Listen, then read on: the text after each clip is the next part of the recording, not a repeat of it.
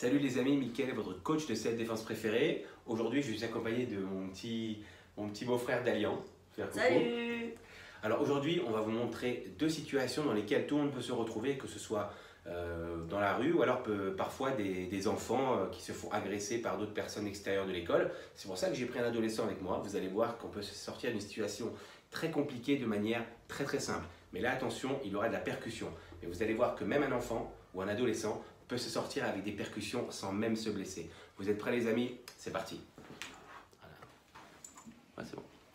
Alors la première situation qu'on va travailler, c'est quand on est bloqué par un individu à un angle de mur. Donc là, l'individu, ce qu'il fait, il met les deux mains autour de vous et il vous embête, il vous raquette ou alors il vous embrouille, il veut vous frapper. Vous allez voir que c'est très simple. Donc je répète cette situation parce que c'est moi qui vais aller de l'autre côté après. Là, l'individu, il est en position de supériorité. Et là, je vais vous montrer comment le battre. Maintenant, je vais vous montrer comment moi, je me défends de telles situations. Dalian va m'agresser. En fait, il m'entoure avec ses bras comme j'ai fait tout à l'heure. Là, je vais utiliser deux étapes. La première, il va me parler, il va m'agresser, me demander mes affaires ou me dire « Ouais, pourquoi tu m'as mal parlé l'autre jour ?» Ce que je vais faire, je ne vais surtout pas rester silencieux parce que je vais utiliser ma parole comme surprise. C'est pendant que je vais parler en plein milieu de ma phrase que je vais le taper et que donc je vais pouvoir m'enfuir.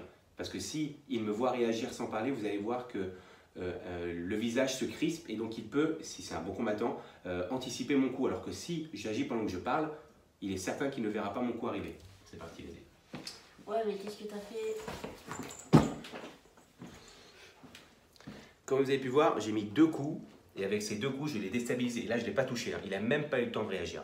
Alors imaginez-vous s'il prend vraiment les coups. Et là, maintenant, je vais vous montrer quel coup. Chose très importante, les amis. Je ne vais surtout pas donner des coups de poing. Ferme ton poing, Dalian. Parce que quand je mets un coup de poing, je frappe surtout avec ces deux phalanges. Et il y a des gens, regardez comme Dalian, automatiquement, il a mis son pouce à l'extérieur. Alors qu'il ne faut surtout pas dire comme un coup de poing. Non, encore moins, là, tu te casses la tête, sûr de casser le pouce.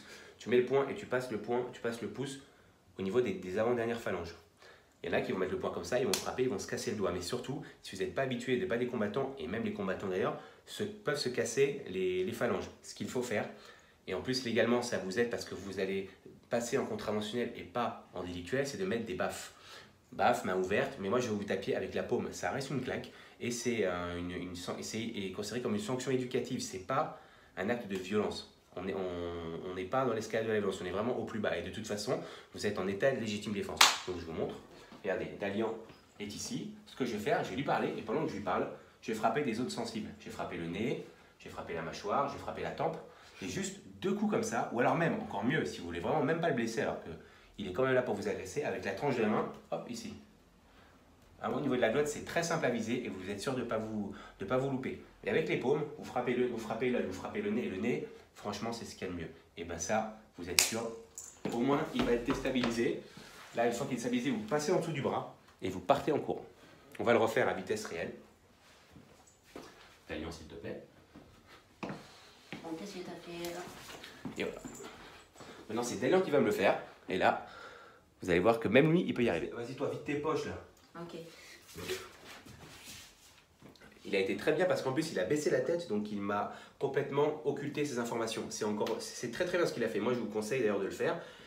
Vous faites genre, vous faites autre chose, vous parlez en même temps, et là, vous agissez. Deuxième situation. Vous allez voir que celle-là, moi, elle me fait rire. Je l'ai vécue quand j'étais jeune, et je peux vous dire que j'ai vraiment rigolé. C'est le petit mec qui arrive et qui fait ça. Alors ça, vous allez voir à quel point il est vulnérable, mais vous allez comprendre de vous-même. Dalian, je vais vous le montrer là, et sans même agir, je vais vous le montrer face à vous ensuite. Ouais, c'est quoi ton problème là, mec? Je le fais face à vous. Vous allez voir que mes mains, elles sont carrément inutilisables, donc je suis totalement ridicule à faire ça. Regardez. Reste avec moi, reste avec moi. Je colle mon front contre lui et regardez où sont mes mains. Et là, pour réagir de ça, c'est tellement facile. En fait, il vous fait un cadeau. Le mec, il vous agresse, ou en fait, il te dit « agresse-moi ». Comment se sortir d'un acte aussi ridicule? Aussi ridiculement. Écarte tes bras, Dalian, agresse-moi. Regardez, mes mains sont là. Ce que je vais faire avec ça, j'ai juste tapé sa mâchoire. Tac, tac, et je pars en courant. Et vous avez... Regardez, j'ai tapé tout doucement, regardez sa tête. Il a réagi déjà, il a senti quelque chose. Imaginez, je ferme le poing et je tape avec ça. Vous comprenez la puissance? Alors, et vous partez en courant, mais je pense qu'il fait dodo. Mais au moins, vous pourrez dire bonne nuit en courant. Eh, bonne nuit. Et voilà, c'est moi qui vais agresser Dalian. Il va à peine me toucher, vous allez voir, je vais réagir déjà. Ouais, c'est quoi ton problème, mec? Ouais. Là, je vacille pas, mais je sens qu'il y a quelque chose qui se passe dans ma tête parce que la mâchoire est directement connectée au cerveau. Et les KO les plus violents sont ceux qui se font au niveau de la mâchoire. Alors, là, vous cassez toutes les dents, mais dans tous les cas, vous êtes dans une état de légitime défense parce que l'individu vient de manière agressive pour vous agresser. Il vous dit déjà, qu'est-ce que tu vas faire, je vais te niquer, tout ça, tout ça. Enfin, il est virulent, il est insultant. Et donc, vous pouvez justifier de votre état de légitime défense si vous avez agi avec 1 ou 2 coups maximum et vous êtes parti, vous n'avez pas profité de son état de faiblesse lorsque vous l'avez eu. Donc, vous êtes dans tous les cas en état de légitime défense. Alors, Daniel, qu'est-ce que tu penses de cette technique, de ces 2 techniques du coup? Bah, c'est très pratique, c'est utile si tu as des problèmes à l'école. Bah, j'espère vraiment que tu n'auras pas utilisé, mais pense à moi si tu as besoin. Ok? Oui. Voilà les amis, j'espère que ces 2 situations vous seront, je l'espère que non, mais si vous retrouvez en situation, j'espère qu'elles vous seront utiles, que vous penserez à moi. Entraînez-vous un petit peu avec vos amis, avec votre petit frère, votre cousin, votre fils s'il est grand, votre fille, parce que ça peut aider les garçons, les filles, les ados, les adultes, les vieilles personnes. C'est vraiment quelque chose de très simple qui peut vous sauver la vie.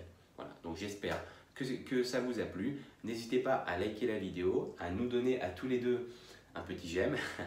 N'hésitez pas à vous abonner, à partager la chaîne, ça fait toujours très plaisir. Et d'ailleurs, moi, on vous dit à très bientôt pour de nouvelles vidéos. Bye! Ciao les amis, ciao.